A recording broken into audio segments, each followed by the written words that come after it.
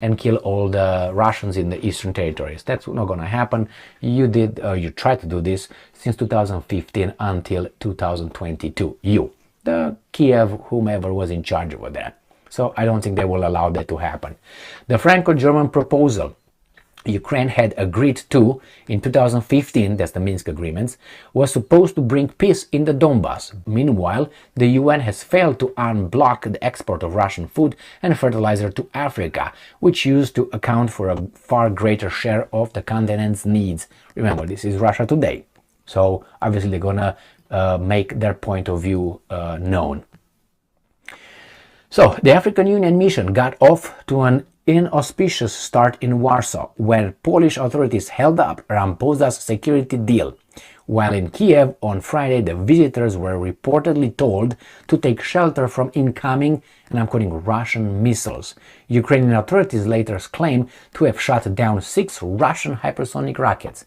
In a particular picture that I saw, I looked at how the president of Ukraine was looking at an African president, and I was saddened at heart.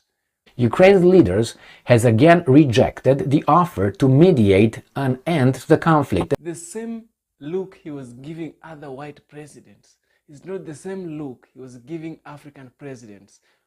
Hold on. I've gotten some comments. People are saying that I'm bringing out the race card when it's not the race card. It has to be race. Listen to this report and tell me what you think.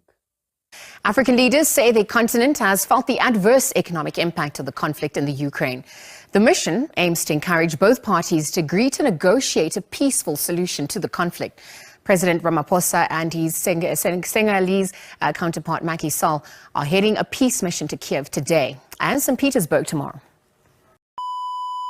We understand that this is a peace mission and the sides are to talk about the de-escalation measures for the Ukrainian conflict. Moscow has never ruled out that this initiative could not be successful, so they understanding that there are many issues on the table as well. Moscow says they will be talking about the grain deal, and this is, according to Moscow, what is worrying the African nations. But at the same time, Moscow has been saying that it does not intend to extend the grain deal, the Black Sea Grain Initiative, beyond the July 17th, because Moscow says nothing has been done to implement the provisions of this grain deal when it comes to the export of the Russian agricultural goods to the international markets. We also understand that the sides will be talking about the possibility of the Russian President Vladimir Putin participating in the BRICS summit in South Africa in August because of the ICC arrest warrant for the Russian president. Russia's foreign ministry has said earlier that they do expect the South African side to make sure that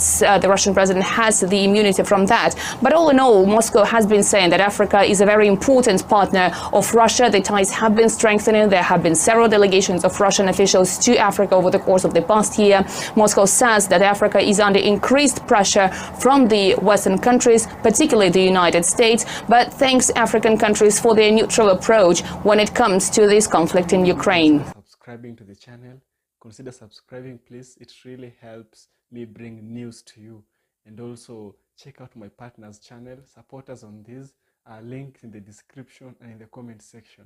You can support us by subscribing or by your wonderful donations. Thank you so much.